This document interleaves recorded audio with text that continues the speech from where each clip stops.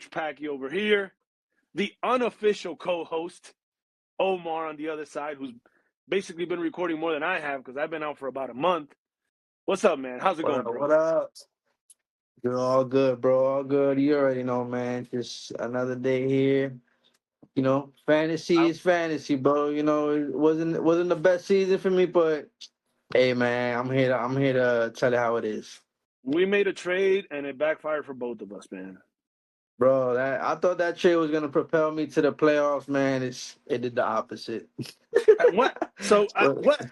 I know it's about Quinshon Jenkins. Like, what do you think happened with him? Because he was doing really good, and then I mean, this Browns kind of like I have my own personal what's it called, the conspiracy theories with the Browns, bro. Yeah, I don't know. Honestly, I don't know. He was balling. Like even with Dylan Gabriel as his quarterback, I thought with Shador he'll probably do better because they open up the passing game a bit more with Shador. But I was starting him over TreVeyon Henderson the last few weeks, and it just backfired on me, man. No, but that's on you though. Over TreVeyon Henderson? TreVeyon That's on Henderson you. is sharing carries with No, no, Ramondre Stevenson, so it's like it's a bro. 50-50 backfield. No. It hasn't been since he left for injury. He came back. They've been splitting, but it's more like 70-30, I would say. But regardless, with the little Yeah, carries that TreVeyon has, with the little carries, because he hasn't been getting a lot of carries. I don't even think he's had 20 carries all season. But dude's been putting on monster games, bro. Monster yeah, he games. has. Been. And as a matter of fact, And no, go ahead. This week I was that was the I won my matchup this week, but that I started Jenkins Mm, over Henderson, and I was just looking at it, I was like, should I start TreVeyon? He's playing the Bills. Henderson was playing against the Browns played the Bears. I was like, but I'm, yeah, it is what it is, man. I mean, we're probably getting ahead of it because we're going to go into our recaps in a minute. But, like, one of the things that I do wonder, because even though the Pats did lose to the Bills, and we're going to go into that game in a minute, but like the way TreVeyon Henderson has been playing, bro, the Patriots' success, is it more Drake May or is it him? Because he's been clutch too. Uh, Um, Honestly, the Pats' success, in my opinion, has been their easy schedule. But Drake May has been managing the games. He hasn't been a Mm-hmm. game changer. He's been managing the games, not Mm-hmm. putting them in position to lose. And the last like 5-6 weeks, TreVeyon Henderson has taken off too. He's put him at Yeah. another level. But yeah, Drake May hasn't done anything to have them lose the game. But TreVeyon he's taken that offense to another height. Yeah, I mean, I wasn't even with the easy schedule. I don't think anybody expected the Patriots to be where they are right now. You know what I mean? It's No. leading the AFC East going into Week 16, still leading the AFC East, and then on top of that, like they have beaten some good teams, or they like with that Bills game that just happened. Like it was a very competitive game. Like they should They have won were that up like game. 21-zip. Yeah. They should have won that game and they lost it. So like I don't know, man. The future is bright for that team though, because they're both young. But that kid Oh Henderson, yeah, no, Ramondre got to get another job. That's how I see it at this point. no, that's gonna be Henderson's backfield. He's the running back of the future for them. He's the man. He was a baller at Ohio State with Quinshon Jenkins. They were both balling out there, and I just thought Jenkins was killing it, man. The first couple Yeah. his first 10 weeks of the season, he was balling, and he's the Mm-hmm. only running back they have. Like I'm like he's getting all the carries, so Right. all the goal line touches is going to him. So I was like, yeah. I But think it is what it is. I think Stefanski is purposely trying to get fired at this point. I think he wants to get fired to get paid and move on from the Browns. I have a big conspiracy theory that I have no proof for it, and I think it's going to blow up once he gets fired. But I think he did not want Shador Sanders on that team. They drafted Shador Sanders, even though he didn't want him in the 5th round. They forced it. What I don't know if it's Mm-hmm. the GM or the owner. And then on top of that, he didn't want to play Shador or give him any playing time or practice time. So they traded away Flacco without telling him. There's no way that any respectable franchise or any team at any level trades away their starting quarterback without telling the head coach. That doesn't happen. Yeah. You know what I mean? That's some any given Sunday type shit. Like, so Yeah. I think they did that to force his hand to play Shador. And then when Dylan Gabriel got hurt, now that he has to play Shador, I think he's like, I'm out of here, bro. I'm done with this fucking team. That's my personal opinion. I have no proof for it. I'm just being a conspiracy theory. I mean, it's the Browns, bro. Like, the Browns are the definition of dysfunction. You look up dysfunction in the dictionary, a picture of the Browns are gonna come up. That Yeah. franchise always. I remember they had a Hard Knocks, and this is Mm-hmm. back when what's that coach? He used to coach the Raiders too. Hugh Hugh Jackson. Jackson. Hugh Jackson. Yeah. Hugh Jackson was the coach, and in the Hard Knocks, him and the GM and the other coaches were always fighting. I'm like, y'all supposed to be on the same page. They went Yeah. 0-16 that year or some shit. They in those 2 years that he was the coach, they went like Yeah. 1-32 or some shit Yeah. like that. It Like, was bad. it's fucking Browns, bro. It was bad. No, I mean, I agree. The reason why I say it though is because they do have a good roster, in my opinion, on offense and on defense. I know they don't have a lot of playmakers, but that's a decent roster. They Yeah, play no, way they play way worse than what they should. So, in my opinion, and the their play defense at the calling, beginning of the season was really good. yeah, and their play calling is questionable. Their decisions in games is questionable. There's a million things that we're not going to nitpick about because everybody talks about it in all the other channels, but it's a lot of questionable shit. And Stefanski's been a pretty good coach for a while, and what, he forgot how to coach all of a sudden? I don't buy it. Yeah. He's probably sabotaging. He don't want to be there no more. He didn't want Shador. It is what More it is. It's gonna be tough now because now the next head coach, they got to make sure that he could work with Shador because Shador is obviously the quarterback of the future. There, not Dylan Gabriel. more owners need to do what that lady Ursay is doing with the Colts. That's what I think. I think more owners need to get down there and not butt in, but just listen and see what the hell's going on. That's what I think. Yeah, you see her with her notepad, just taking notes. Just taking notes. She's not butting in because what's his face from Dallas? I forget his dumbass Jerry face. Jones. Jerry Jones, like, he butts in too much. Don't butt in. Just take notes. And then at the end of the season, He's the owner slash GM. yeah, you still not even a GM should get involved. You're a GM. GM is supposed to build a roster. They're not there to coach football. Anyways,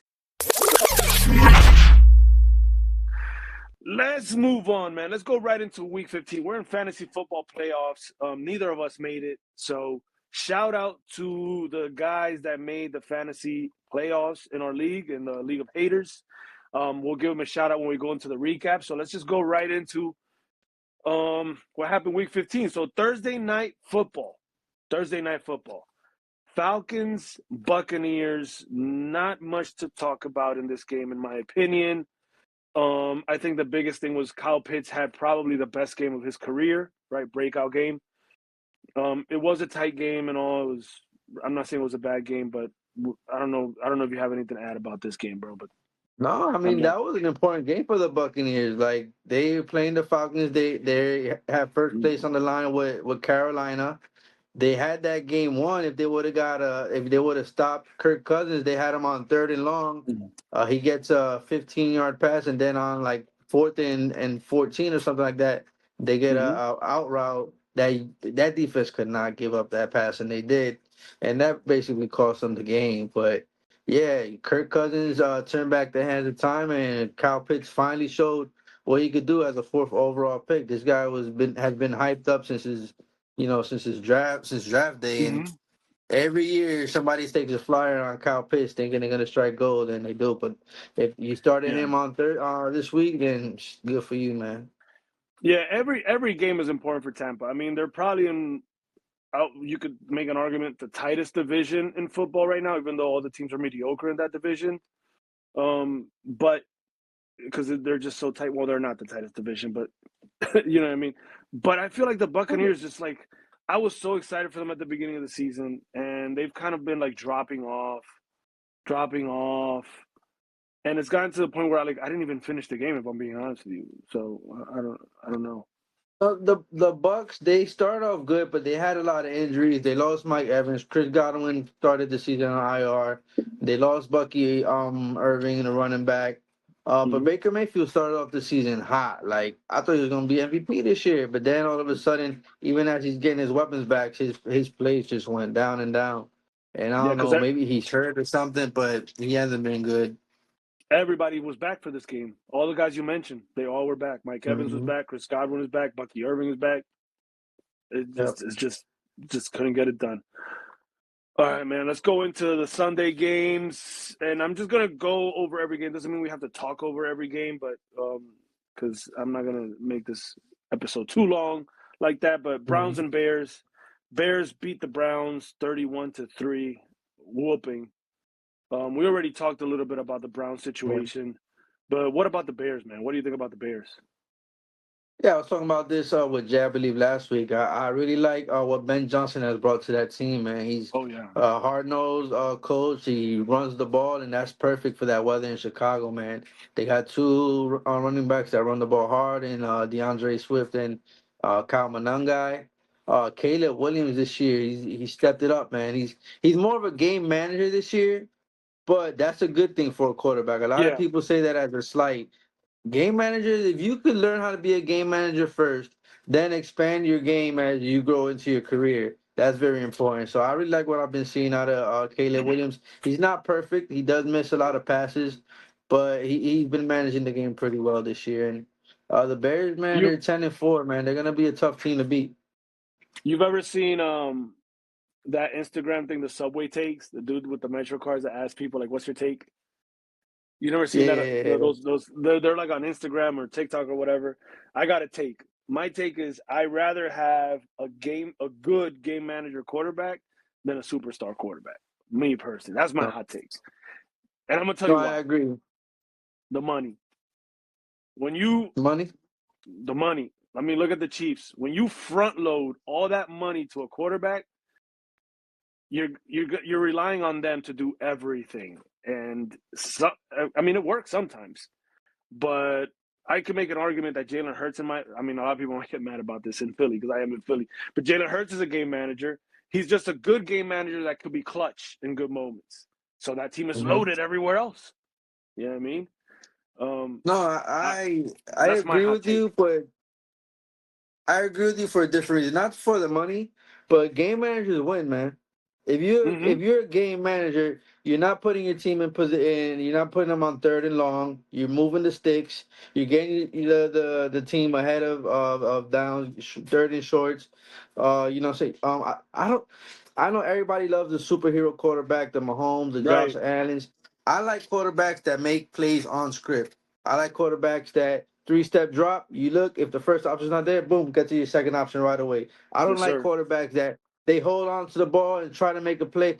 All right, that Superman stuff is cool, you know what I'm saying, for the highlight tapes, all It's that fun. stuff. It's But fun. that shit don't work all the time, and you're always liable to get hurt with your quarterback doing that. So Yeah.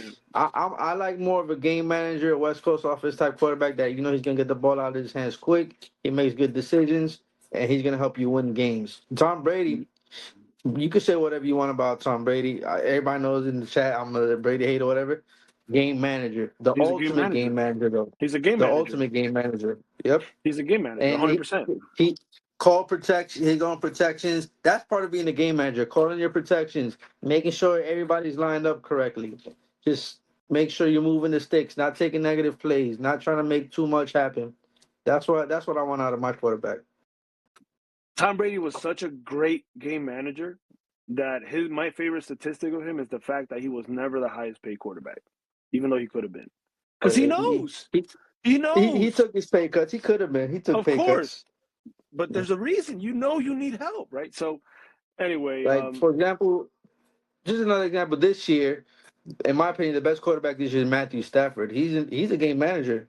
oh hell He's yeah. not he's not gonna be like running out of the pocket trying to make plays like Mahomes, Josh Allen, and those guys. Especially at this point in his career, even more now. And For sure. Matthew Stafford is such a cool story because if you go back to those Detroit Lions day with Calvin Johnson, dude, he was all over the place, all over the Mm-hmm. place, trying to be a hero instead of a game manager. You know what I Mm-hmm. mean? But yeah, the Bears, top performance for the Bears, we got DeAndre Swift with 2 touchdowns, 98 yards. DJ Moore, who, by the way, Fuck fantasy. This is ridiculous. They announced literally at 101 all the notifications that what's his face Odunze Roma wasn't Doomsday. playing, and I wanted to start DJ Moore, but because I have DJ Moore on my bench, he gave me 20 fucking points on my bench, but I couldn't put him in when they announced that because if Odunze is playing, I'm not starting DJ Moore. But the rosters were already locked at that point, so 2 touchdowns for him, 69 yards. So he's probably the top performer. There's nothing to talk about at Cleveland. We already talked about that. So next game, which was another blowout, Ravens 24, Bengals 0, another blowout. Not good at all for the Bengals. What the hell happened to the Bengals in this game? Joe Burrow, I don't know if you've seen like his press conferences. He looks like he's depressed. He says he's going through stuff off the field. It looks like his love for the game is not what it used to be. And I honestly don't know why. Well, injuries probably catch up to him, but the man's making almost $60 million a year to play football. Like, come on, bro. Cheer up, my nigga. Like, you making crazy money. It's a kid's game. It's a game that a lot of people will play for free. You don't gotta be the jolliest guy in the world, but man, cheer up a little bit, man. Like, your team needs you. And he played like shit. He's getting the Andrew Luck situation going on, you think? Yeah, and it could be like he's never had like a decent O line, and he's taken a pounding. He's been the most injury prone quarterback from that class, and that's saying a lot. That class has Tua Tagovailoa. So yeah, man, he's had a lot of injuries, but it's also the Browns' fault, man. Like, all right, you pay your quarterback, you got to pay your quarterback, but then they pay Jamar Chase and T. Higgins top Right. wide receiver money. They have nothing else to spend anywhere to improve the line or the Right. defense or anything. That's what I was gonna say. Do So you think Joe Burrow knows that this is the best he's gonna get for him offensive line wise? I don't think. What expectation can you have of having a good offensive line? There's no money. yeah, no, and he was pounding the table for them to sign T. Higgins and Jamar Chase. Like he in his mind, he was like, just give me my weapons, I'll make it happen with the offensive line. But come on, bro, you fucking have the Myles Garrett in your division. You think you don't need an offensive line? Get out of here, man. This is why players got to play, coaches got to coach, and GMs got to manage because in Yep. that division, more than any other division in football, you cannot win without an offensive line. The AFC Or North a running game. is the most brutal division in football that there is in regards to defensive line play. So that's No, rough, no. man. Yeah. If you go back in the history of the NFC North, it's been dominated by Pittsburgh and the Ravens, and their Mm-hmm. MO, both teams have always been run the ball and play And defense. defense. Yep. That's it. That's just and that's the identity, and it always will be. Yep. Our next game that we got here on the block, let's Chargers and Chiefs. Chargers 16, Chiefs 13. Obviously, Mahomes out with an ACL tear. The worst part about this being objective, not because I don't wish injury on anyone, but the worst part for Kansas City about this is Mahomes getting an ACL tear now means that he probably won't play all of next season. So, or the majority of next season. And they're already disqualified from the playoffs now, so they have nothing to play for moving forward. So what can we make out of this, man? Oh man, it's like the conversation we was having earlier with the game manager and the Superman quarterbacks. Like Mahomes been great his whole career in the NFL, but he does try to do a little too much, and it Mm-hmm. finally caught up to him. It's inevitable. Brady had an ACL tear at this stage in his career. Right. Like it's gonna happen, but like I said, he does try to do too much. If it finally caught up to him, and I don't know what's going on. Maybe the NFL has finally caught up to Andy Reid, but it's like his offense is predictable and everybody knows what's coming. Like all the formation, he hasn't really, and from what I've seen, he hasn't changed anything up in the offense. And the Chiefs don't have a running game, bro. Like That's what Isaiah it is. Pacheco and Kareem Hunt. Pacheco is trash. Like He I'm ain't it. sorry, He he's ain't a it. good dude. He's not a starting caliber running back. They need a starting caliber running back There's there. And Yeah, I was gonna say there's two things that I think about the Chiefs why their season was a failure. Right, number one is the running game. I've been preaching about that in this podcast. Right, like their running game.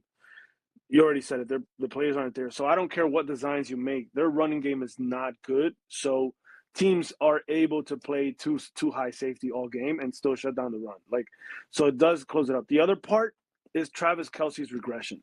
If you look at Kansas City's best seasons, a lot of people go back to Tyreek Hill, but honestly, I don't think it was Tyreek Hill. It was Travis Kelce, because they even won a Super Bowl after Tyreek Hill left. So but when Travis Kelce was opening up the middle of the field, it opened it up for everybody, including the running backs. That's not happening anymore.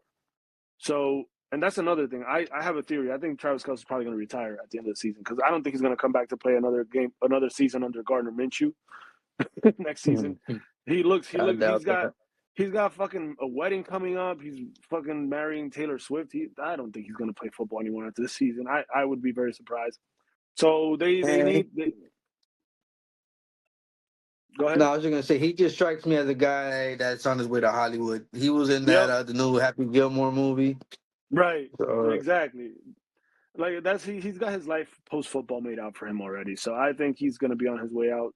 So no Mahomes, no Kelce next season. Let's see what happens with them. The interesting part is that they're probably going to get a good draft pick now. That's the first time since Andy Reid's been there. They're going to get a high draft pick. So we'll see what happens with that. yeah, On the man. chart. But Oh yeah, go ahead. no, I'm just surprised that the running game has been so pedestrian because Andy Reid has made Mm-hmm. I remember he was making it work with Damian Williams, Kelvin Ware as their running back, and it's crazy that he hasn't been able to find this I'm gonna year give you that back. I'm gonna give you a hot take. I think Damian Williams is better than every single back on that roster right now. I agree with that. But they figuring out Kareem Hunt getting a bunch of carries, and the guy he's He's not. washed. He's washed. That's it. He's done. And then on the Chargers side, another big surprise of the season, right? Like they're dude, coaching is so like the AFC West is not the best division in football, but god damn it, dude, what John Harbaugh has done, and we're gonna talk about the Broncos as well later. Dude, what John Harbaugh has done with the Chargers, dude, what a difference. I've been a Raider fan my whole life, and I've seen all the mediocrity of the Chargers, even during the Phillip Rivers, North Turner days, that they would win 14, 13 games every year and then do nothing because this mediocre coaching, just a lot of talent on that team. What a difference, dude, coaching makes. That Chargers team is, I think they're in a really good spot. I've always been a fan of Harbaugh. He took the Niners to the Super Bowl with Colin Kaepernick as their quarterback, and he's another guy that same style, man. Run the ball, play defense, man. He always loves. He gets himself some big running backs. He drafted Amari in Hampton. Got Kamani Vidal. He tried to get what's his new? He was on the Steelers and from Alabama, Najee Harris, but he got hurt. But this style of play is what I look for in a coach. A coach that loves to run the ball, efficient passing game. He doesn't have his quarterback do too much. He's honed down Mm-hmm. Justin Herbert. Justin Herbert at the beginning of his career was throwing for 5,000, 4,000 yards. He's not throwing for as much yards anymore, but he's being more calculated with his passes, short Mm-hmm. passes. He's managing the game a bit more. So I like Harbaugh's coaching style. Yeah, man, I agree. That's the formula that never gets old. All right, next game, which probably was the game of the week. We talked a little bit about this earlier, man. Bills and Patriots. Bills with the huge comeback. You were talking shit on the group chat, saying that Josh Allen was fake. The Bills were frauds. I'm gonna call you out right Bro, now. What's up? I was watching Red Zone. I didn't because when the Dolphins don't play, I watch Red Zone only. That's And all good, dude. they was going to the Patriots game, and Josh Allen at the beginning of the game was missing wide open throws, and they're down 21-zip. I write in the chat, Bills are frauds. Josh Allen is so erratic. Next thing you know, they fucking come back. I'm like, what the hell? And then they couldn't. I don't know how they lost that game. I gotta watch that game like because I was watching it on Red Zone, but they couldn't stop TreVeyon Henderson. They can't stop the run. The Bills' run Nope. defense is actually really bad, and they He still gave came him the back. My lead in the props fourth. to Josh Allen. Yeah, Yeah. he took a long one, gave him the lead back, but the Patriots defense gave it right back up. Credit to Josh Allen, man. He's erratic with his passing game, but he can run the ball. And if one thing I did see was there in the red zone, you can never ever, if you pass rushing Josh Allen, go inside. You always have to contain. Never. Mm-hmm. I saw the right defensive end, instead of containing, he crashed to the inside on the stunt, left wide open. Josh Allen ran for the touchdown. I'm like, come on, bro. The other How thing can you that do I that? You don't the other stop. the other thing that I credit confident, and true coaching is the fact that Buffalo was down 21-0, and they still didn't get away from the run because there's still game to play. A lot of teams start panicking. A lot of coaches start panicking at that point and go bombs away. James Cook ran for 107 yards on 22 carries. That's about 4.9 yards per carry, according to the stat line, 2 touchdowns. And his longest run was only 12 yards. But he didn't even break out a big one. So that tells me, like, if you didn't watch the game, that'll tell anybody. But if you watch the game, you probably saw it, is that they kept going to James Cook to get those little yards to play ahead of the chains. And eventually in the second half, Buffalo was able to capitalize on that. In the first half, not so much because of the erratic passing, like you said. Once that got fixed in the second half, scores started to come up. So, No, I mean, even and with you're a coach, Packy. My bad to interrupt, but you're a coach. The Patriots, if you watch the Bills, if you watch their run game, they run the same exact play duo. every time, That play is unstoppable. Like they run duo James Cook all game, and James Cook just boom. He gets runs to it. the second level, finds the hole, is See, hits over. the C gap, every time. Cuts it to the C gap every time. Every time. That's James Cook's He's favorite play. unstoppable. I mean, Yep. something like, if you're a Ben Johnson type guy that has all these really cool designs to run the ball, you do that to cover up lack of running back talent. When you have running back talent, they normally run 2 or 3 plays. Those are the Mhm. ones that work. You know what I mean? I mean, Yep. Yep. last season, the Saquon Barkley ran 2,000 yards on inside zone. You know what I mean? Yeah. So that's just how Yeah, it is, man. man. But the Bills win. They're still a game behind the Patriots. Patriots still leading in the AFC West. So I think they play. They still have another. Do they still have another game? I might be. I didn't check. I might be tripping. I think they still have No, another game to go. Oh the no, they don't. Patriots beat them in the beginning of the season. Gotcha. Okay. All right. Yeah. Yeah. Mhm. You're right. So we'll see what happens with that. All right, man. Raiders and Eagles. I'm not even going to waste my time on that. That game was a shitty ass game. 31-0 Eagles. Even now, as an Eagles fan, as a converted Eagles fan, watching the Raiders was just like, I'm like, God damn, dude, it's so hard to watch. This is a fucking garbage ass team.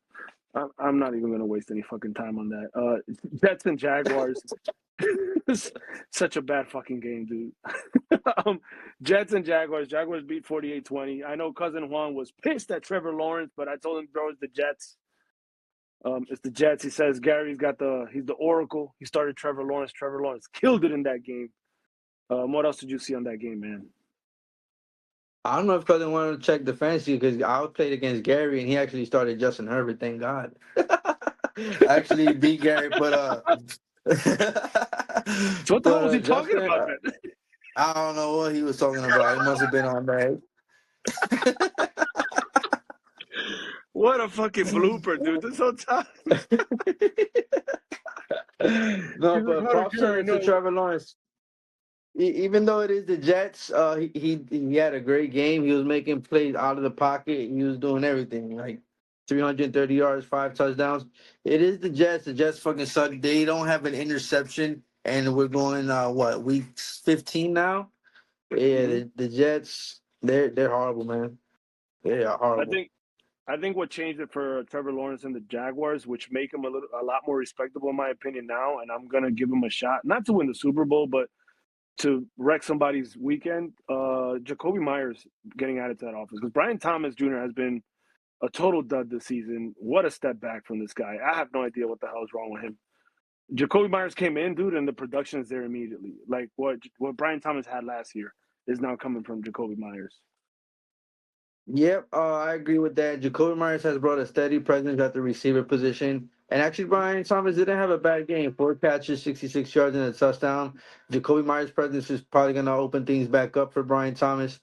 But yeah, he's Jacoby Myers has been a steady possession receiver for the Jaguars, just what they needed. Travis Etienne has been balling this year. Props to that coach, man. He came from the Rams system, and Mhm. they haven't been always winning in pretty ways. They've been getting a lot of ugly wins, but this one against the Jets was just what they needed to to right the ship and maybe build some momentum going into the playoffs. Yeah, man. I I think the Jaguars that dude. There was some good coaching hires this offseason because Liam Cohen, Ben Johnson, right? They've been doing a really good job. Hmm. And even and obviously the Patriots head coach, like all of these guys are basically in first place, first year head coaches. You know what I mean? And nobody expected them to be there. So Yeah, no. solid year for coaching hires. Mike Vrabel, everybody knows he's a stud coach. I really don't even know why the Titans fired him. Like he's the type of coach that you would think would be like a 10-year coach with a team because Hmm. he's that good. And they freaking let the Patriots get him now. But yeah, Ben Johnson and Liam Cohen, man, they've been doing really good. Liam Cohen comes from the Rams system, and that if you're gonna pick coach, that's the tree to pick from, in my opinion. So Travis the Etienne is finally Jaguars are gonna having a be Pro tough Bowl too. season. Yeah, man, the dude was a stud in college, bro. Like, I'm surprised he hasn't been a stud in the NFL, but this year he's been balling. Let me check what his stats have been so far this year. He's almost at 1,000 yards rushing, 7 rushing touchdowns. He's got a bunch of receiving yards. Yeah, man, dude's been a stud this year. All right, let me go through a couple more games because we are. Let me see. Yeah, we gotta move it along. So I'm just go through a couple more big games. I might skip a few. We'll catch them later if Hmm. we get a chance through the matchups. But Broncos 11 straight beat the Packers 34-26. 11 straight wins. We talked about earlier AFC West coaching. Um, dude, like the Broncos and Bo Nix, like how legit are they at this point? They got the best record in the NFL. And I feel like nobody gives them any credit. You don't hear anybody talking about the Broncos. 11 straight wins. I don't care who you're playing or how you're doing it, dude. That shit ain't easy in any level of football. Broncos, man, props to Sean Payne. He's built it from the bottom up. It wasn't 2 years ago the Dolphins beat them 70 to 20 or something like that. And now they're the best team in the league. Bo Nix, I don't know how legit he is, but he had 4 touchdowns. He's been balling. Mm-hmm. He's also a game manager, but he can make plays with his legs too. So Yep. Bo Nix, man, yeah, man. The Give, Broncos are they give me my got game Cortland manager. Sutton. Yeah. Yeah, their defense is amazing. Their defense is really good. Beating the Packers, dude, that's a big one in my opinion because they beat the Chiefs. I think they beat the Bills. I might be tripping. I'm not sure. They beat a couple like pretty good teams, but the Packers to me are a pretty good team as well.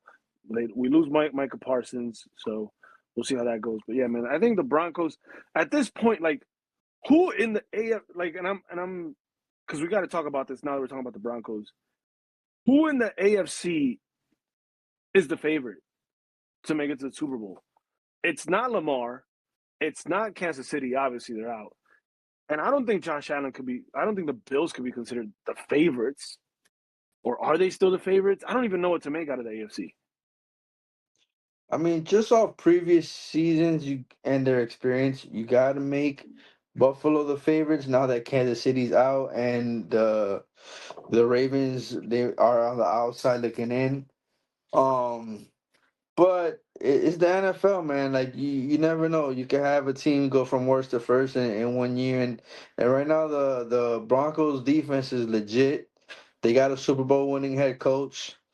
They got a quarterback that's hot, that doesn't make losing plays. He doesn't throw. He throws Mm, a lot of picks. He makes plays with his legs. He's clutch. They beat that the Giants this year. They were losing. I don't know how they won that game. I don't know if you remember, but they were mm-hmm. down. I want to say like 20 points, like 5 minutes left or something like that, and they won. They won that game 33-32.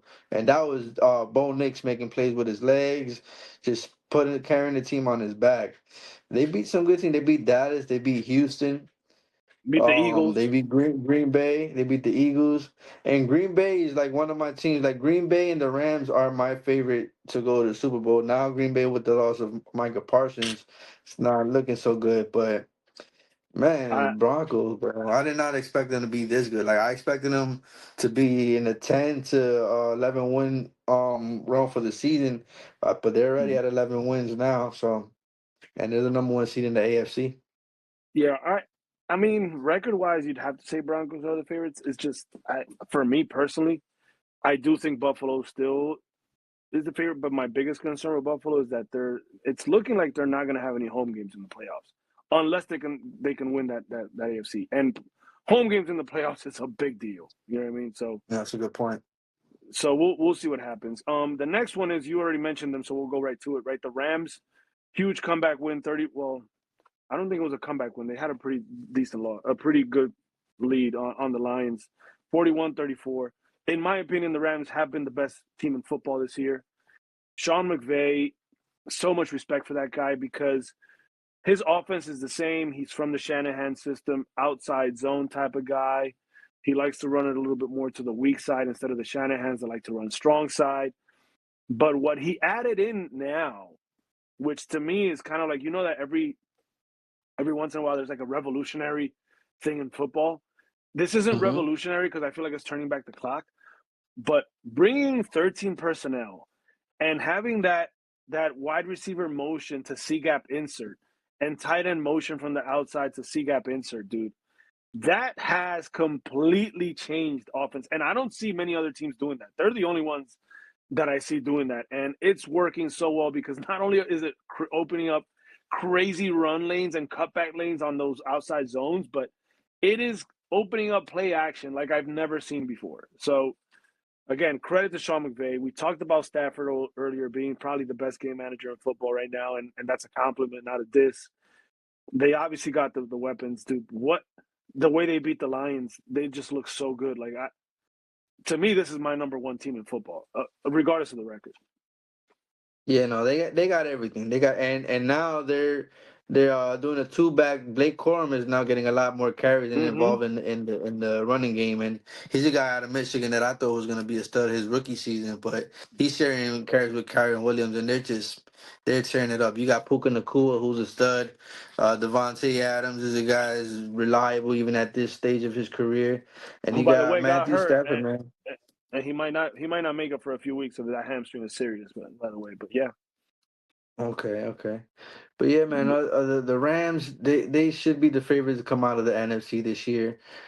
Detroit looks like they took a step back this year. They lost Ben Johnson and Aaron Glenn as coordinators. Wow. Um, but yeah, that looks like it's hurting them a bit, The especially Ben the loss of Johnson one Ben is Johnson. the Ben Johnson one, and they have looked good on offense ever since what's the head coach's name? Why am I drawing a blank? Um, took over Dan play Campbell. calling. Dan Campbell. They have looked better on offense ever since Dan Campbell took over play calling. But they're just not closing out the games the way that they were last year. They're it's getting away from them, and they're not as consistent. But it begs the I question, understand. man: was last season's success more Dan Campbell or Ben Johnson? Like, it begs the question at this point. Yeah, no, Ben Johnson, man. So far, his two back system and his run heavy approach is something that wins games, and I really like his style of play calling. Um, but Detroit, they've had a tough schedule this year as well, and the Rams Hmm. are not an easy team to beat. But yeah, that running game is not as effective as it was last year. Yeah, man. There's something about losing your offensive coordinator to a division rival, and then having that offensive coordinator put that division rival in first place year one. That's like a huge Yeah, fucking slap in the face. That's a tough pill to swallow, man. yeah, Damn, man. man. That's a rough one. But yeah, I mean, the Rams and the Bills are the two teams that I've seen that run the heaviest personnel with, like, again, 13, meaning three tight ends, 2 and 3 tight end sets all the time. So I really like what they're doing there, and I think that's going to be the transition of football because of so much spread offense. All these linebackers are just undersized at this point, like, so they're just bringing in heavy packages and making it work. So it's just a full circle of football, man. That's been the adjustment. If you watch football as long as we have, this always happens though. Like there's an offensive explosion, and then the defenses adjust, and then the teams go back to running the ball. Then Mm-hmm. they get back, and then it's a cycle. It's a cycle. All right, man. Seahawks and Colts, man. Seahawks win, man. I don't want to talk too much about this game, but we got to talk about old man Phillip Rivers, Grandpa Rivers. Old man Rivers with that Yeah, shot put. I don't even know how that guy throws a ball, bro. Like he throws it como que I don't know. Like he's got an injury in his shoulder. He can't. I don't know, but it's like it's the worked it's for like him the his show. whole career. It's like the shoulder pad doesn't let him lift the arm up. Exactly. He just shot puts it, and the ball comes out all wobbly and shit. Like it's crazy that he's still playing. That he came back to play. There's a I, theory going around that he's got a bunch of kids and his 5-year insurance was running out, so he reinstated it to renew his that shit. So, dude, he looks like a coach. By the way, he looked like a coach. He got the belly and everything, bro, you seen his wide body? The hips. man, he's got man boobs. He got the beard belly going out. He got the skinny legs.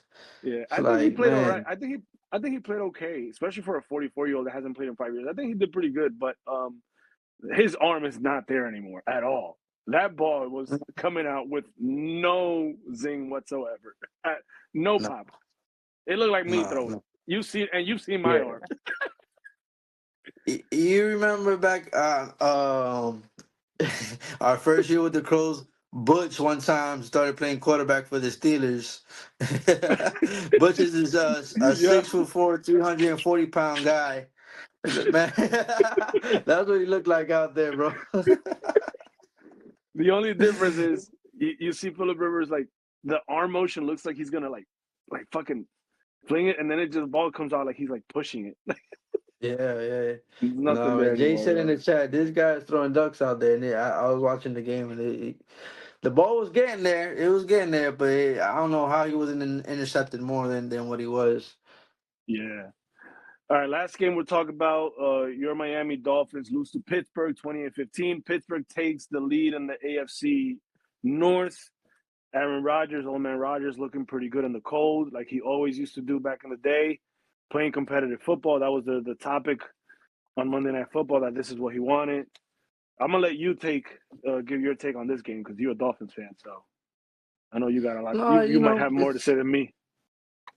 it's just same old Dolphins, same old Dolphins. The Dolphins do this every since Brian Flores became the coach. They start off slow, then they go on a little win streak, 5-6 games, and then that game that they need to win, that important game, be it that one year versus the Titans, and the other year last year it was against Green Bay and Thanksgiving. This year against the Steelers, that one important game that they need to win in a tough weather environment on the road, they just can't get it done. And everybody says the quarterback play. To me, it's just a combination of everything. And it's been the history of the Dolphins even before they had Tua. Like, it's just been since Dan Marino, Jay Fiedler, Ryan Tannehill. It's been the same thing, bro. Like, it's It, tough, it, but it is what it is.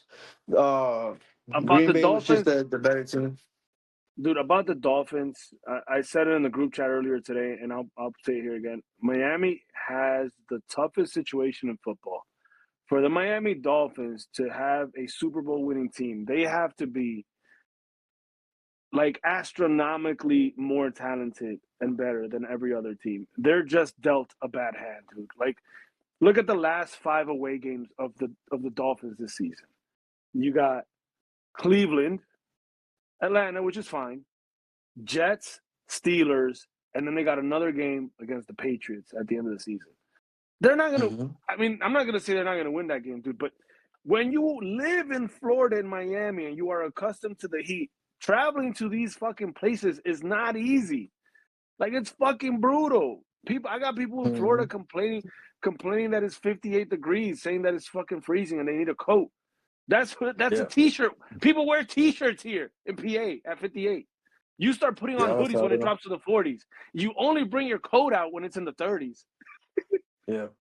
No, I live in Melbourne, Florida, man. Right now we got 50-degree weather, and you got people dying and so. Oh my God, it's so fucking cold, man. Get out of here. And I know But you're like, yeah, oh, they're man. pro athletes or whatever. Yeah, they're pro athletes. They're playing. People don't understand how hard it is to play in the No, fucking cold. your Like, body acclimates to where you live. So if you're most of the time you're spending here in Florida, you no matter they did a practice on Saturday in the snow, but one practice is not gonna make up for that doesn't Pittsburgh make any. being there the whole time, and Yeah, Miami, it's it just it might is what it is. help you acclimate to the conditions physically, but internally your body just is just so different. Like for example, playing in the heat. If you live in the cold, playing in the heat is very difficult, right? I remember when I went to run that half marathon in Miami. I was dying in January. So I was training here in the Hmm. cold and won the heat. But that's something that you can overcome with conditioning. I'm not a pro football player, so my conditioning, and that was only my second marathon ever. So I was still learning. So if you have good conditioning, you can overcome the heat. There's no conditioning to overcome the cold, dude. Like just sitting in the sidelines in the cold, dude. You feel everything, everything. It's not No, and it's not cool. if you watch the game, they came out in the second half, third quarter, flat as hell, and it's Yeah, because they went into the locker room, their body got cold, they went back on the field, and they had negative 20 yards in the third quarter. Then once their body got acclimated in the fourth quarter, they started making plays and coming back, but it was already too little, too late. Aaron Rodgers had already took it for three straight touchdown drives. you cannot fake you cannot fake it when it comes to going up against the cold. Like it's just impossible. You can't fake energy. It is what it is. But on the Steelers side, real quick, because we got to move on to fantasy football. The only thing I want to talk about the Steelers, unless you want to add anything else, is Kenneth Gainwell, dude. What a nice fucking player. I saw him with the Eagles. He was awesome with the Eagles, but he was overshadowed a lot. First by DeAndre Swift and then by Saquon. But dude, I love that they're giving him a time to shine. And that player like Kenneth Gainwell, that's something that, for example, that I was going to talk about earlier, and I kind of forgot it, but I had it in my mind. That's something that the Chiefs are missing. Like they Yeah. don't have a third down back that can, create something in space. Like they don't have that. And I think that's a piece that the the the Chiefs need. Damon Williams was able to do that for them. You know what I mean? In the past. So they definitely need to add a piece like that. I feel like the pass catching back, it's kind of like a forgotten talent at this point because everybody wants to either throw to receivers or pound the rock up the middle with a running back. Everybody kind of like forgot about these pass catching heavy wide receivers, running backs. Everybody used to have one before. Now that's not the case. Not everybody carries one. You know, he was a difference maker in the game last night. He broke a 38-yard run, broke a tackle from the free safety, and he was gone. And after that play, it was downhill for the Dolphins. He demoralized them with that. And he didn't even score a touchdown. But the thing with Kenneth Gainwell, right, is that like these are the type of players, Christian McCaffrey, right, like Blake Corum, you know what I mean, and Kyrie Williams too, right, like the best teams you're looking in football, TreVeyon Henderson, is that when your quarterback is in a pinch, you dump it off to these guys, bro. I mean, and they make something out of nothing. That's not Hmm. happening in these top teams that are failing. Let's get into the Week 15 matchups. I'm gonna go over a quick recap about what happened Week 15. Then we'll jump into who's in the playoffs, and we'll recap what's happening in the playoffs. We're only gonna recap the playoff games. I'm not gonna go into the consolation bracket. Fuck that. There's no need to talk about that. But I'll start with my game, dude. I lost by 0.70 points because of the final tackle of the last game. But I was very pissed last night. But then this morning I noticed that I would have not made the playoffs even if I would have won because I would have tied with cousin Juan. So that's not gonna work. That wouldn't have worked out, unfortunately. And because I would have still been in the seventh seed. So at the end of the day, I lost my fantasy 2 weeks ago. I would say, unfortunately. So that's definitely the tightest game, 138.06 to 138.80. That was the tightest game of the week. The biggest blowout of the week was Hurt So Good on the Wakanda Panthers. 8-7 Hurt So Good. Barely made it to the playoff, but got in 143.70 to 94.12. Thanks to Jalen Hurts, thanks to Kyron Williams, which we talked about, thanks to George Kittle. So shout out to cousin Juan to making it to the playoffs. I'm gonna throw my little hate out there, cousin Juan and And Jay, both of y'all, because I haven't been on this podcast for over a month, so I hadn't had a chance to say it since after the trade deadline. I'm not saying that you guys did anything wrong, but obviously Brito fucking did a fire sale, and you guys took advantage of that shit, and you guys racked up your team, especially fucking Jay. So one of y'all better win, because if you don't, that's fucking embarrassing. One of y'all better win the fucking fantasy. So fucking embarrassing if you fucking get a free fucking trade, basically. Especially Jay. Fucking lucked out on that one. I plead the fifth. But yeah, those trades were murky. Yeah, Tua Taloco beats Gary, which for some reason Cousin Juan kept mentioning Gary's a brujo and what my luck, but you weren't even playing Gary, and you won by 50 points. Maybe they got another league. I don't know. What the fuck is going on? Gary, even with the loss, is still the number one seed. He loses to Tua Taloco. You unfortunately do not make the playoffs. El Monte Candela coming from behind, and I mean coming from behind in the entire season, beats Two Girls in One Cup, which is Jay, to take over the third place. Jay bumps down to fourth place, and I believe, if I'm not mistaken, let me see how many games in a row, because Monte Candela been on fire, dude. Like, he's been killing it, and I just got to see, because he started off really slow all season, 4 straight wins, to finish off 9-6, and he started really, really slow. Ever since Rashid Rice came back, he turned it around, and then he made some really nice moves, man. He added in there. Bo Nix has come to life. A.J. Brown has been better in fantasy.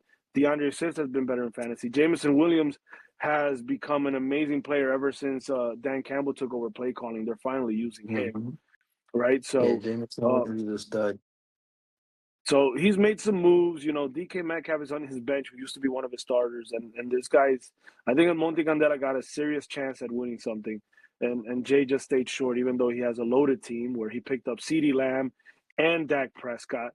So he's got Christian McCaffrey, Rico Dotto, Kenneth Walker, CeeDee Lamb, Puka Nacua, like that team is fucking loaded. And he still lost. Next we got GAD, that's Guica, 183, 120. Wow, 183 points by Guica. He beats Brito. I mean, I don't even count this as a win because Brito gave up a long time ago with all those fire hits. But man, Guica, 183 points. I don't know if that's the record for the season, but that's the highest that I can personally remember off the top of my head. I could be wrong. My man has 3 30-point players. Amon-Ra St. Brown, 34.9. James Cook, 30. Travis Etienne, 30. And then on top of it, he got Josh Jacobs, who also killed it with 22 points. Matthew Stafford with 19 points. Torrey McMillan been killing it all season. He only gave him 3 points. So if that guy would have had a regular week, he would have gotten easily to 200 points. So this is another loaded team in Guica. He's the second seed going into the playoffs. We talked about Hurt So Good and Wakanda Panthers. And finally, Screenshots beats La Maldición Inca. Maldición Inca, even with the loss, still at 8-7, gets the 5th place. I would have tied with him and Cousin Juan if I would have won. All 3 of us at 8-7. Both of them have the tiebreaker on me, so I still wouldn't have made it. So I just got to live with it. I did an auto draft. I did the best that I could. I made some trades. Didn't work out. I made 2 trades with you this season, so shout out to that. You didn't bless me enough, son, because I didn't get. Man, that trade backfired for me, bro. Shit, I was in the playoff when I made the trade. I think I was like the 6th seed when we did the trade, and then. Yeah, man, that's rough, dude. That is rough, man. It just sometimes it works out, sometimes it doesn't. You know what I mean? That's just how it is. Hey, fantasy is luck. Yeah, I think it's a mix. There is a percentage of luck involved, but there is, some skill. And honestly, most of the skill comes from. I think the draft is luck. To be honest with you, I think the draft is luck. No, picking up the correct players and setting the lineup. Yeah, waiver wires and pickups. That's the fantasy. Yeah. I mean, if you are the first overall pick, like I was last year, and you have Christian McCaffrey, and he gets hurt week 1, or never plays at all, then that's luck. That happened to me this year. I picked Saquon Barkley, and he's half of the running back he was last year. So sometimes luck. I got Malik Neighbors in another league in the 1st round, and that didn't work out, right? So there is luck involved, but the moves you made during the season is honestly, and that's the fun part to me. Like waking up, dude, putting my waiver picks, waking up at Wednesday at fucking 5 in the morning, see what the fuck I got it, who I can pick up 5, 6 in the morning, being like, oh shit, I overslept, running to my phone to see what I can get. That to me is the fun part of fantasy, more than anything else, more than the draft, more than game day, anything. But Those waiver wire pickups, man, it's tough sledding out there sometimes, man. When you don't got the favorable wire picking, and there's good players out there, it's tough, man. When you put in claims and you don't get them, you're like, ah, fuck. yeah, man. But it is what it is, man. All right, so let's do a brief recap on the top players, the 6 teams that are going into the fantasy playoffs, and then we'll go over those matchups and we'll call it a night. So the number 1 seed, Gary, the system, he's been up there basically all season, so no surprise there. He has Jonathan Taylor. He has Bijan Robinson, who, in my opinion, have been the 2 guys that have carried his team up to the top. I don't know if you have it up, if you want to give any opinions about his team, but the key things I think he made was George Pickens was solid. Justin Herbert has been good this year. And, bringing in Kyle Monangai, I think that was huge. Even though he's not starting him right now, Kyle Monangai did do a lot for him in a couple weeks. I think that was a big pickup. Ladd McConkey is such an underrated player as well. So this has been the number 1 team basically all year. No surprises here. Yeah, no, he's got. I really don't know how he was able to get Jonathan Taylor and Bijan Robinson on the same team, and in this league. But hey, props to Gary. But he's gonna have a tough decision at quarterback because he's on a bye week. But then he's gonna have to pick either Justin Herbert or Trevor Lawrence, who's been playing pretty good. So he's gonna have either Justin Herbert, who's gonna play Houston, or Trevor Lawrence, who plays Indianapolis. So I think Mm-hmm. he should 2 go tough with Trevor matchups. Lawrence. 2 tough But yeah, they're matchups. both tough. Yep. Yeah, and it's worth So noting that the reason why he's had those matchups is because as the number 1 team, he does have a bye week. So Gary does not have a matchup this week because if he did play this week, Herbert plays Dallas, Trevor Lawrence plays mhm. Denver. I think that would be an easy decision there, obviously. But that's not the case. He's immediately moving on to the second round. And I think Jonathan Taylor dropped in the draft, dude. I think a lot of people thought he wasn't going to be the same, and then he came back the same. Yeah. You know what I mean? So I think he dropped a little bit in the draft. He probably got Bijan in the first round and Jonathan in the second round, I guess.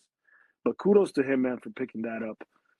The second team, the second ranked seed, who also has a bye week, first round of the playoffs, Mr. Guica, GAD. Just a brief recap on what happened with him. He only made 8 moves all season, the least amount of moves of any manager. By the way, I had 55 moves this year, so I was the number 1 manager. Gary had 32. He was number 2. Actually, Cousin Juan had 33 moves. He was number 2, Gary 3. But we got 8 moves only all year.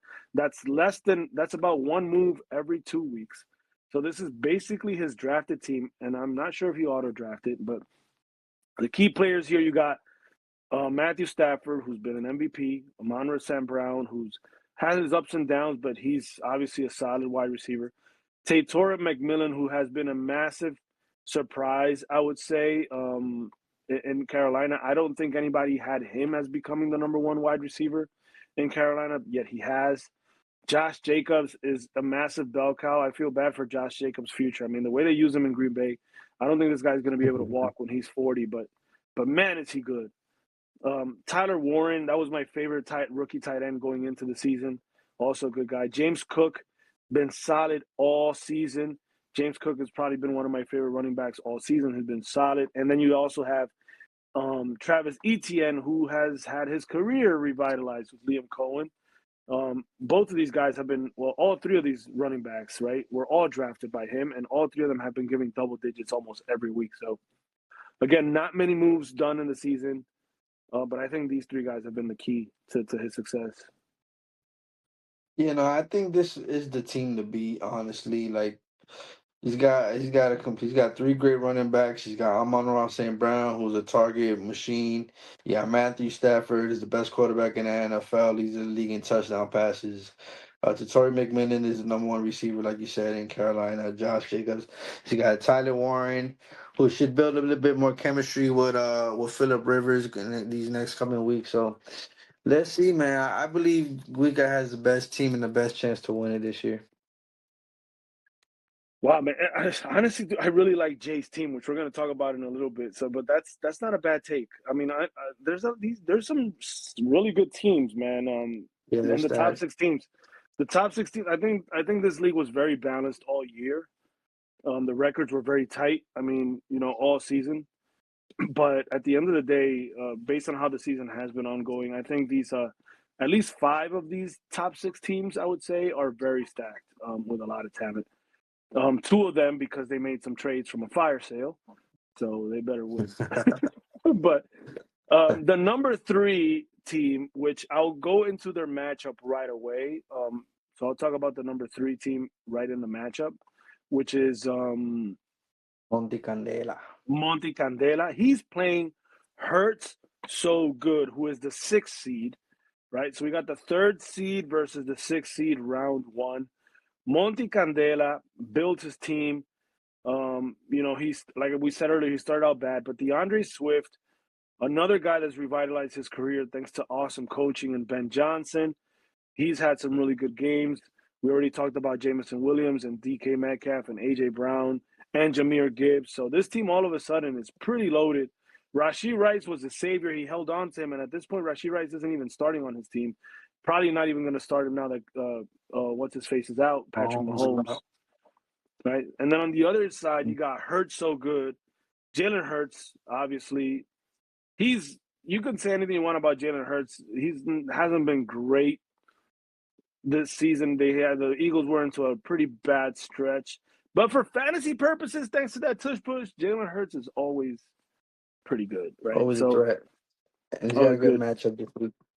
Ashton Genty, man, God bless you for still starting this guy. I mean, I love Ashton Genty. I think he's extremely talented. He's solid, but the Raiders have the worst offensive line in the history of football, and that's not an opinion. There is a stat that proves that because the fucking offensive line coach of the Raiders is Pete Carroll's son, so he's not going to fire his son, and this guy has absolutely no credentials or validity to say that he is, in fact, a good offensive line coach. So good luck with Ashton Genty, but luckily you got Kyron Williams and Devon Achane, so those guys are pretty solid. And then you also picked up Harold Fannin Jr., great pickup.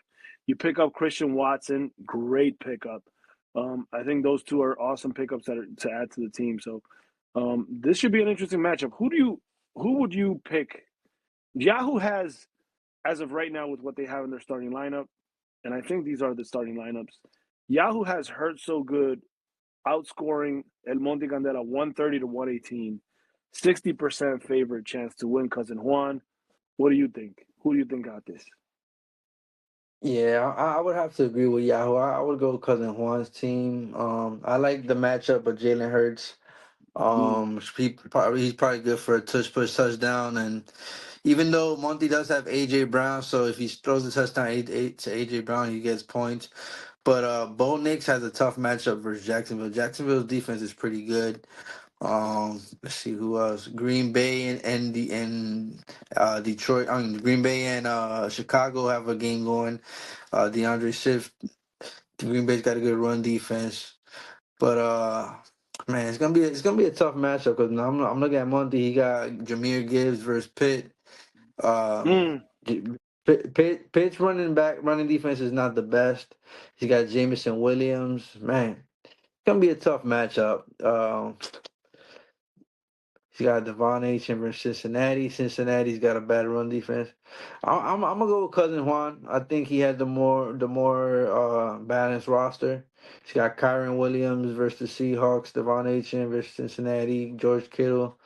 He's back versus Indianapolis, and Zay Flowers versus the Patriots. So, whew, yeah, I'm gonna Yeah. still go Cousin Juan, but it could go either way, man. This is gonna be a tough. It's gonna be a good playoff game. If Christian Watson plays, because I don't know if he's going to play because he left the game last game. If he plays, I would bump him up over Ashton Genty. I have zero faith in the Raiders or Ashton Genty, and I think that would give Cousin Juan an even better chance, personally. I don't understand how Yahoo has him projected for 11.8 points. I think that's total bullshit. I don't think he's going to make it to double digits, but that being said, I agree. I think Cousin Juan should get this. I love Monty, but I think this is Cousin Juan's game to lose. I think the matchups are better on his side. There's just so many tough matchups on Monty Candela's side that I don't necessarily, Jameer Gibbs and Jamison Williams versus Pitt is tough, right? And then Mm-hmm. Kyron Williams going up against Seattle, that's a tough matchup, but that's a divisional matchup. So anything can happen on divisional matchups. I don't count those as tough matchups. I count those as challenges. So I Yeah. think in this case, the number 6 seed will come in with the upset and take out the number 3 seed. So we both agree on that one. Put it in the books. The next matchup that we have for the championship bracket and the last matchup of the week, because there's only 2 of them, given that there's 2 bye weeks. La Maldición Inca, which is the number 5th ranked fantasy team, goes up against 2 Girls in 1 Cup as the number 4 seed. So we got Maldición Inca. Just a brief recap of their fantasy season, right? Maldición Inca, 22 fantasy moves, which is pretty good, not bad, right? He's put some work in. He's got I lost the team right there. He's got Omar and Yeah. Hampton back, so that's huge. He got Jordan Love against Chicago. That could go either way, right? Chicago has been surprising, but he did pretty good the last time they played Chicago. Jackson Smith and Jigba every fucking week. This guy has probably been the most consistent wide receiver all season. And I don't care that they're Yeah. playing the Rams. Another guy that I feel like he doesn't get enough credit. Like, why doesn't he get enough credit? Like, this guy's been fucking amazing. He plays in Seattle, but he's the best receiver in the NFL right now. Yeah. Drake London supposedly is coming back from injury, so that's a risky move to start him right off the bat. You never know, but do what you got to do. Omar and Hampton came back. He looks like he's got that starting job back in place. Jake Ferguson has been one of the best tight ends, although I would say Jake Ferguson at one point was, when CeeDee Lamb was out, was probably the best tight end in football because I have him in another league. But once CeeDee Lamb came back, his production dropped a little bit. So now he's just a regular tight end. RJ Harvey got promoted to being the starter. Once they lost J.K. Dobbins was the starter. And I think he's better, and I think he's done better. So I like that starter right there. So those are his main players. He's got Terry McLaurin, Costa Loveland. He lost Patrick Mahomes, so I guess Love is the way to go. Even though Patrick Mahomes, honestly, at this point, it's like a blessing that he kind of checked out because he's been so inconsistent in fantasy that you really don't know. Mm-hmm. That's Maldición Inca's team. 2 Girls in 1 Cup.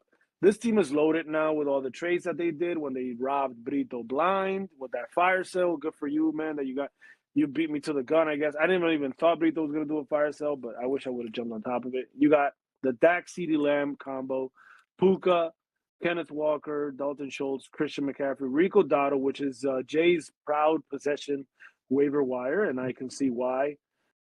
Jay has made 20 fantasy moves all season. None of them matter. The only one that matters is really that Rico Dotto pick. That was solid. And I'm so pissed because I had Rico Dotto. I picked him up in free agency. I'm like as a suspect, like as a suspicion pick. And then he wasn't doing anything, so I dropped him.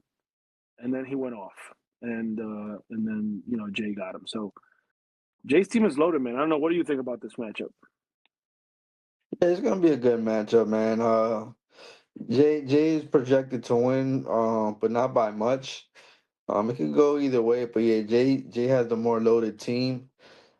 Now, Dak Prescott's playing against the Chargers. The Chargers got a good defense. And it's good. I don't know. I think I might go with Maldición Inca because Ooh. I like his matchups. I like his matchups. If Drake London can play this week, he's going against the Cardinals, who doesn't have a good defense. Um, Michael Wilson has been putting up good numbers, and sheesh. Jay's got McCaffrey. Yeah, I'm gonna go with Jay's team. I'm gonna go with Jay's team. Yeah, you So got I agree. Puka, you got CMC. Yeah, I agree with you that Malicionicas has better matchups, but there's just so much fucking talent on this team. Like I'm gonna take talent over matchups any day. Like I feel like Jay starters are starters in any team. There's no way that the only guy that you can make an argument for benching is Dalton Schultz. Other than that, Mm. every single player on Jay's squad is a legit fantasy starter, no matter in what team they're in. So I mean, again, after that fire sale, Jay has to win. So that would put the two cousins, if it pans out how we're projecting, right? The two cousins, cousin Jay, cousin Juan, moving on to the next round to play against Gary and Guica in the semifinals, if that's the case. I would love to see some type of cousin bowl in the championship. Just saying, yeah, and let them fucking figure it out. I feel like it would become personal. These two end up in a The matchup. Monday Ball, no, eso se tiene una tija a cada rato de ellos going at each other. Family feud, bro. Family Yeah, feud. yeah. Family feud. All right, man. I think that covers everything, bro. I don't know. You got anything else you want to add? Because other than that, I think we're good. I think we're good. We're solid. No. The consolation round, but I'm not even gonna say it, bro. That's it. I'm out of it. Yeah, I'm out. But yeah, I don't man, do that shit. should Fuck be that. should be a good playoff series. May the best team win, man, and good luck to everybody that's in the playoffs. Yeah, man. Oh, but I got a bye week in the consolation bracket. Good. Oh man, bro. All right, man. Uh, yo, it was good having you, bro. It was awesome. Super fun to have you. My guy, Uh, I'm Packy. I'm not gonna be here next Tuesday, so I gotta figure out with Jay. You're probably gonna have to do it again next Tuesday, and hopefully, no. And then the Tuesday after that, I probably won't be because I'm flying to DR on Tuesday, and then I'm Oh, flying back nice. from DR the next Tuesday. I So am you. I'm dying to freaking go yeah, to man. DR, my guy. I haven't been there in about a year, and me hace falta, Yeah. loco. I fucking miss DR. I don't know about you, loco, pero I miss Oh, that shit every time. and I would be. I told my wife I would have never met her. I would have been living back there in a heartbeat. You know what I mean? But luckily, Bro. my wife is gringa and she loves DR, so she's the one that always wants to go. Not even me. I mean, I do want to go too, but she starts it. It was her plan. She's like, I want to go to DR for Christmas. Let's fucking do it. Do it, Easy bro. for Do me. it. Nothing like a Christmas Yeah, in DR, bro. I fucking miss it so much. yeah, man. Should be fun. But hopefully we'll catch each other for it. So that means I won't be here for the semifinal episode, and I probably won't be for the final episode. So hey, if we don't see each other on the podcast, we'll see each other in the chats, man. All Oh, right, ya tú bro. sabes. Seguir easy. Take care, man. Peace. Till the next one.